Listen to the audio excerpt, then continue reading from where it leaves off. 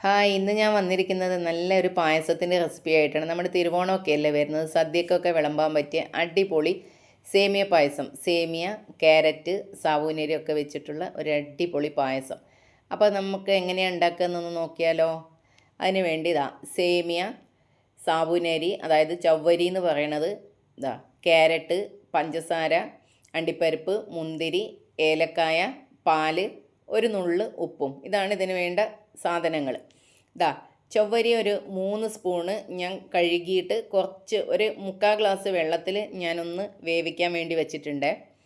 ഇനി ചുവട് കട്ടിയുള്ള പായസം വെക്കുന്ന സമയത്ത് നമ്മളെപ്പോഴും അടി കട്ടിയുള്ള പാത്രം വേണം എടുക്കാൻ വേണ്ടിയിട്ട്. അതായത് ചിലപ്പം പുകഞ്ഞു പോകാതിരിക്കാൻ വേണ്ടിയിട്ടാണത്.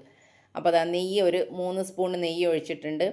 അതിലേക്ക് ഞാൻ അണ്ടിപ്പരിപ്പ് ഇട്ട് കൊടുത്തിട്ടുണ്ട്. അണ്ടിപ്പരിപ്പ് കുറച്ച് വേവുള്ളതുകൊണ്ട് ആദ്യം അണ്ടിപ്പരിപ്പ് ഇട്ട് കൊടുക്കണം. അണ്ടിപ്പരിപ്പ് വേവാവുന്ന സമയത്താണ് നമ്മൾ അതിലേക്ക് മുന്തിരി ചേർക്കേണ്ടത്. മുന്തിരി ചേർത്ത് കഴിഞ്ഞിട്ട് മുന്തിരി നന്നായിട്ട് വീർത്ത് വരുമ്പോഴാണ് ഇത് കോരി മാറ്റേണ്ടത്.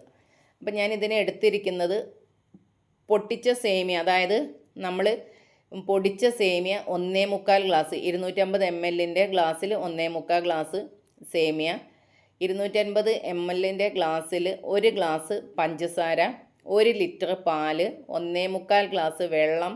ഇതൊക്കെയാണ് ഞാൻ അളവ്. നിങ്ങൾക്ക് ഈ അളവിന് ചെയ്ത് കഴിഞ്ഞാൽ നിങ്ങൾക്കൊരു 10 പേർക്കൊക്കെ പായസം കഴിക്കാം.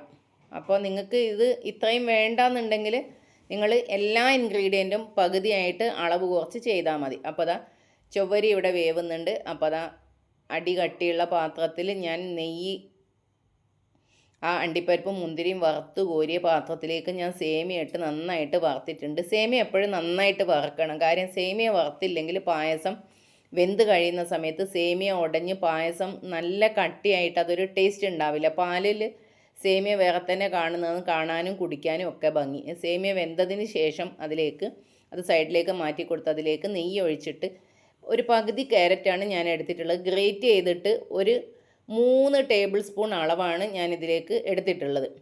അത് വെന്ത് കഴിയുന്ന സമയത്ത് സേമിയ നന്നായിട്ട് വെന്ത് കഴിഞ്ഞാൽ നമ്മൾ ക്യാരറ്റും കൂടെ ചേർത്ത് രണ്ടും കൂടെ നന്നായിട്ട് മിക്സ് ചെയ്തതിന് ശേഷം ഒരു 7-8 മിനിറ്റ് വേവിച്ചാൽ മതി ക്യാരറ്റ്. അതിലേക്ക് ഞാൻ 1/4 ഗ്ലാസ് വെള്ളവും 1.5 ഗ്ലാസ് പാലും കൂടെ മിക്സ് ചെയ്തിട്ടാണ്. കാര്യം സേമിയ വേവാൻ എന്തായാലും വെള്ളം വേണം, അതിനാണ് ഇതിലേക്ക് വെള്ളം ചേർത്തിട്ടുള്ളത്. ആ വെള്ളം വറ്റി വരുന്ന സമയത്ത് സേമിയ വേവ് ഒരു 10 മിനിറ്റ് മതി സേമിയ വേവാൻ വേണ്ടിയിട്ട്. അതിന് ശേഷമാണ് ഞാൻ പഞ്ചസാര ഇട്ട് കൊടുത്ത് ബാക്കിയുള്ള പാലും കൂടെ ഇതിലേക്ക് ഒഴിച്ച് തിളപ്പിക്കുന്നത്. ആ സമയത്ത് നമ്മൾ വേവിച്ച് വെച്ച ചൊവ്വരിയും കൂടെ ഇതിലേക്ക് മിക്സ് ചെയ്ത് നന്നായിട്ട് മിക്സ് ചെയ്യണം.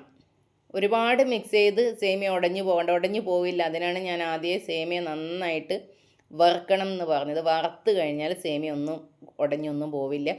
മാത്രമല്ല ഈ പായസത്തിന് നല്ലൊരു കളറാണ് കിട്ടുക. കാര്യം സേമിയ നന്നായിട്ട് വറുത്തിട്ടുണ്ട്, ഒന്നാമത്തെ കാര്യം. രണ്ടാമത്തെ, ആ ക്യാരറ്റിൻ്റെ ഒരു ഒരു യെല്ലോയിഷ് കളർ, അതായത് നമ്മൾ പഞ്ചസാര കാരമലൈസ് ചെയ്തിട്ടാണല്ലോ ഈ കളറ് വരിക. പക്ഷേ ഇതൊന്നും ചെയ്യാതെ തന്നെ വരും. ഞാൻ സേമിയ വറുത്ത പാത്രത്തിലേക്കാണ് പാല് ഒഴിച്ചിട്ടുള്ളത്. നിങ്ങൾക്ക് പാലും ചൊവ്വരിയും കൂടെ വേവിച്ചതിന് ശേഷം സേമിയ വറുത്തിട്ട് അതിലേക്ക് സേമിയ ഇട്ടാലും മതി.